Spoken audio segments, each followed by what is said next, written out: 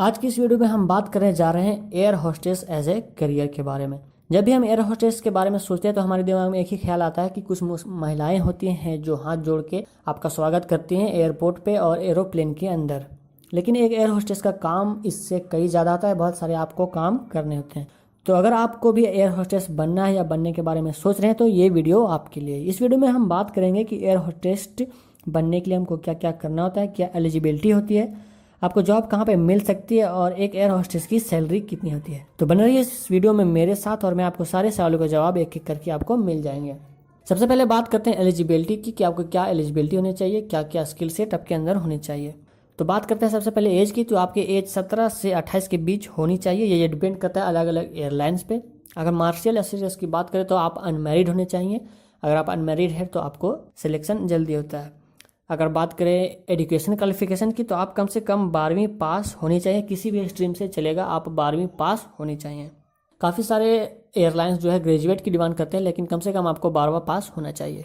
अब बात करते हैं हाइट की। तो आपका अगर आप गर्ल हैं तो आपकी हाइट कम से कम 5 फीट 2 इंच होनी चाहिए। अगर आप बॉय हैं तो 5 फीट 7 इंच होनी चाहिए। और एक चीज़ और आपके अंदर होनी चाहिए अच्छी, कि वो आपके अंदर एक गुड स्पीकिंग स्किल होनी चाहिए इंग्लिश की। आपको इंग्लिश अच्छी आनी चाहिए, क्योंकि आप जब ट्रैवल करते हैं और फ्लाइट में होते हैं तो इंग्लिश जो है इंटरनेशनल लैंग्वेज है जो हर जगह यूज होती है। तो ये लैंग्वेज आपकी अच्छी होनी चाहिए, इस पर कमांड आपकी अच्छी होनी चाहिए। अब बात करते हैं कुछ स्किल्स पे। तो सबसे पहले तो आपका एक फिजिक अच्छा होना चाहिए। आप ना ज़्यादा पतले होने चाहिए, ना ज़्यादा आप मोटे होने चाहिए। आपका अपीयरेंस अच्छा होना चाहिए। अपीयरेंस काफ़ी मैटर करता है एयर होस्टेस में। उसके बाद आपकी वॉइस प्लेजेंट होनी चाहिए। आप जब बोले तो आपकी जो आवाज़ है वो मधुर हो, आपकी आवाज़ अच्छी हो। नेक्स्ट में हमारा आता है सेंस ऑफ रिस्पॉन्सिबिलिटी, क्योंकि आपको काफ़ी सारे पैसेंजर्स को संभालना होता है तो आपके अंदर एक रिस्पॉन्सिबल पर्सनैलिटी होनी चाहिए। आपका कम्युनिकेशन स्किल, ऑफकोर्स आपका कम्युनिकेशन स्किल अच्छा होना चाहिए। आपको डील करना होता है अलग अलग पैसेंजर से, अलग अलग टाइप के लोगों से, तो आपका कम्युनिकेशन स्किल भी होना चाहिए। और अंत में सबसे ज़रूरी चीज़ जो आपके पास होनी ही चाहिए, जिसको बोलते हैं सेल्फ कॉन्फिडेंस। ये किसी भी फील्ड में आपको ज़रूरी पड़ता है अगर आप किसी फील्ड में करियर बनाना चाहते हैं तो। नेक्स्ट में हम बात करते हैं कि आप एयर होस्टेस जॉब के लिए अप्लाई कैसे करते हैं। अगर आप बताए गए सारे क्राइटेरिया को फॉलो करते हैं, आपकी एलिजिबिलिटी है और आपके अंदर से ये सारी स्किल सेट्स और क्वालिटीज़ हैं, तो आप आराम से किसी भी एयरलाइन के लिए अप्लाई कर सकते हैं। अप्लाई कैसे करना है, फॉर एग्जांपल अलग अलग जो एयरलाइंस होते हैं, for example air India, Indigo या फिर एयर एशिया या विस्तारा, ये सारी अलग अलग एयरलाइंस हैं।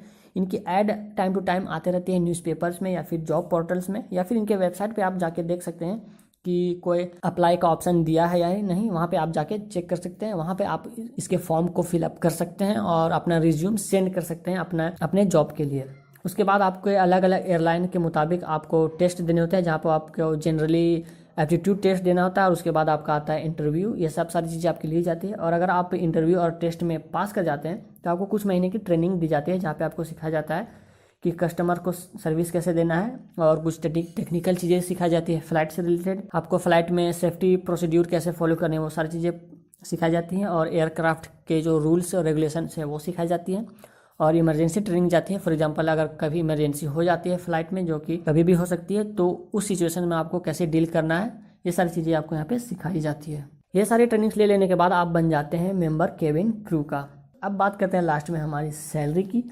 तो सैलरी अगर आप इंडिया के किसी डोमेस्टिक एयरलाइन में है तो स्टार्टिंग सैलरी आपको 30 से 35 हज़ार तक की मिलना शुरू हो जाता है अगर आप स्टार्टिंग में हैं। और जैसे जैसे आप एक्सपीरियंस होते जाते हैं आपकी सैलरी आगे बढ़ने लग जाती है। अगर आप इंटरनेशनल फ़्लाइट की कैबिन क्रू का मेंबर बनते हैं जो इंटरनेशनली चलती है, तो आपकी सैलरी आराम से 40 हज़ार से शुरू होती है, और एक्सपीरियंस के साथ ये 1 लाख तक भी जा सकती है। तो ये था पूरा रोड मैप एयर होस्टेस बनने का, और क्या क्या आपको स्टेप्स लेना होता है एयर होस्टेस बनने के लिए, क्या क्या पर्सनैलिटी चाहिए होती है। अगर आप भी आगे चल के एयर होस्टेस बनना चाहते हैं तो मुझे कमेंट में लिख के बता सकते हैं कि आपको एयर होस्टेस की जॉब क्यों अच्छी लगती है और आप क्यों बनना चाहते हैं। इससे आपको काफ़ी मोटिवेशन मिलेगी और काफ़ी इंस्पिरेशन मिलेगी। और अंत में मैं कहना चाहूँगा, अगर वीडियो आपको अच्छी लगी है तो इसे लाइक करिए, शेयर करिए अपने दोस्तों के साथ फेसबुक और ग्रुप में, और ऐसी वीडियो मैं लाते रहता हूँ, तो मेरे चैनल को आप सब्सक्राइब कर सकते हैं। फिलहाल के लिए फ्रेंड्स, मिलता हूँ अगली वीडियो में, तब तक के लिए बाय।